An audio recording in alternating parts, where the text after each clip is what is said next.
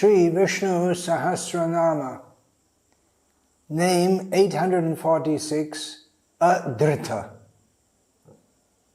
One meaning of which is the unconstrained, which links well with the previous name, Mahan. He was great. So one of the meanings of that name is also given as one who is unconstrained by any persons or factors.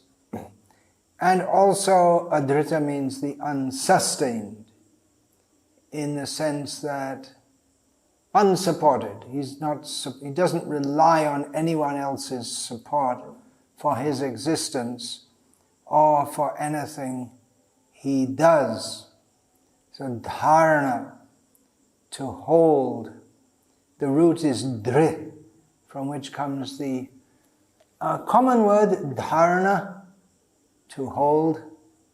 Just like we have the name Dharani, Dharana, who holds the earth.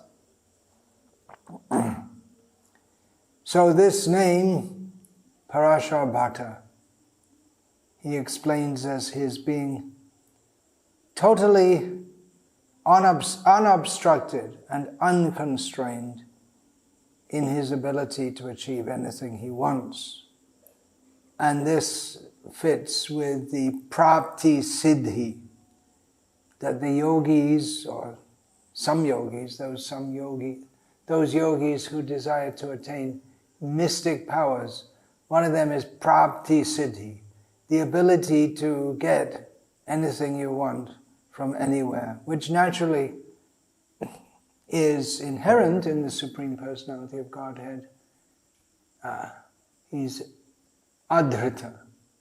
Nothing can stop him. No one can stop him from doing whatever he wants.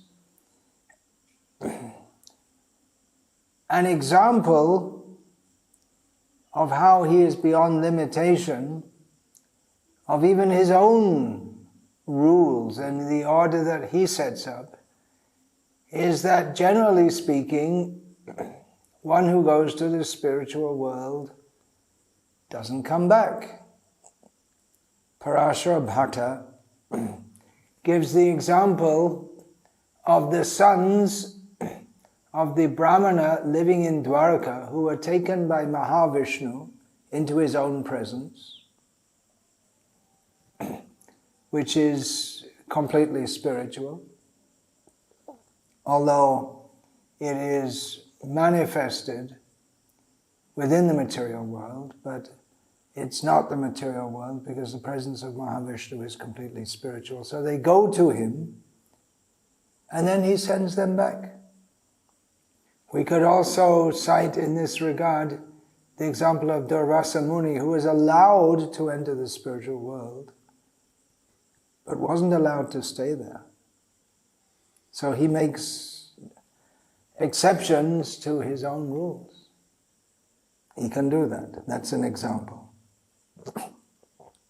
Shankaracharya gives the meaning of the name Adhrta that he supports everything else. Prithiviyadinam dharakanam. He supports everything, beginning from the earth. Prithividyanam dharakanam api, but still, dharkatvat na kenachit dhriteya iti adhrita. He supports everything else, but he is not supported by anything else. This gives us a forward glimpse at the next name, Svadhrita, he who supports himself. How can he be supported by anything when he is the supporter of everything else? Support in here in the sense means he maintains, he holds in place. The scientists are very anxious to understand the laws of nature and the workings of the universe. It's best to understand all of this in terms of the Supreme Lord who supports and upholds the laws and the order of the universe. It's not going on just as it is, without any plan or without any maintenance, he sustains everything. Then how can he be sustained by others? Just as if we see a sheet of cloth or some cloth made of cotton, so cotton is the factor which is the basis of that cloth. We see ornaments made from gold, then gold is the base support of the ornaments. If we see an earthen pot, mud, earth is the basic principle by which that exists. So in this way we can have a rough analogies in how the Supreme Lord is the basis of everything, both as the material cause,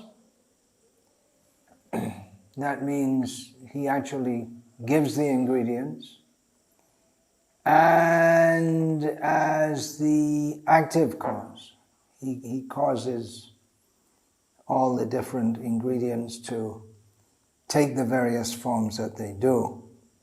He's the support behind everything in the universe. He's not himself controlled or swayed or sustained by any external force. Rather, it is he who controls, sustains, and supports everything else, including those things which sustain everything else, just like dharani dhara. His dharani dharanam, his act of holding up the world, the earth, gives him the name dharani dhara. The earth is called dharani because she supports everything on her surface, and not only on her surface, but within her surface and in the atmosphere surrounding the earth. So many living beings, birds and clouds also remain there. So she is called dharani, one who holds or supports. And he is dharani dhara because he holds, she who holds. And in this way, we find the different elements, earth, water, fire, air, ether. They sustain, combinedly, they sustain everything in the universe. And ultimately the jivas, their activity makes the jagat, gachatiti, jagat. The definition of jagat is that which keeps on moving. So why does it keep on moving? In Gita, Lord Krishna describes his external energies. Then he says, aparayam etastvanyang prakriting vidhi me param jiva bhuta mahabahoya yedam dharyate jagat. Dharyate, here we have again dharyate, to uphold. So Krishna says, apart from these 8 separated energies of his, there is another energy which is superior to all of them, which is the jiva bhuta, the jivas, the jiva shakti, who sustain this universe by their desire to live within it. They make everything go around, but ultimately it's him. Ultimately it's him who supports them, and everything is going on because of him. It's the desire of the jivas, the activity of the jivas, and behind him. Maya tatamidam sarvam jagada vyakta murti namasthani sarva bhutani nachaham teisvavastitaha. By him the universe is sustained. He is the sustenance of everything. He enters into the universe, but he's also not within it. So how does he do that? He sustains everything. He's everywhere, in every atom. We just had Anu, the name Anu. He's within everything. And he's So from within he's sustaining everything. Brihat, we just had that name also in Vishnu Sahasranama. From outside he's overseeing also. He knows the mind and desires of every living being, and he knows what are the karmic reactions which have to be meted out to them. He knows the thoughts of every living being. He knows the thoughts of his devotees, and he brings them succor. He sustains not only the material existence of the non-devotees and of the material elements, but he also sustains the spiritual life of his devotees. Insects, birds, animals, humans, fish. It's he who sustains their bodies. And in due course of time, he withdraws that also. And it's all done effortlessly. It's not that he has to take power from another source, and therefore he can perform these unique activities which only he can do. Because he's Adhrta, he doesn't take sustenance or support. He's completely self-sufficient. So all that he does with his own energies. He doesn't have to borrow energy from anything or anyone. Everything is sustained and functioning.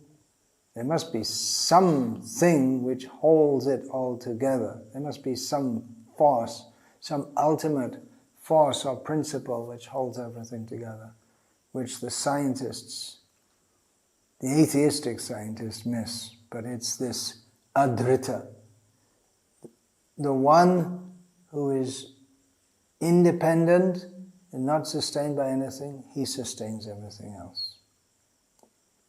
Baladev Vidyabhushan, he quotes this, Mayatatam idam sarva, matstani sarva bhutani. He quotes this in support of this. Vancha kalpatarubhyascha.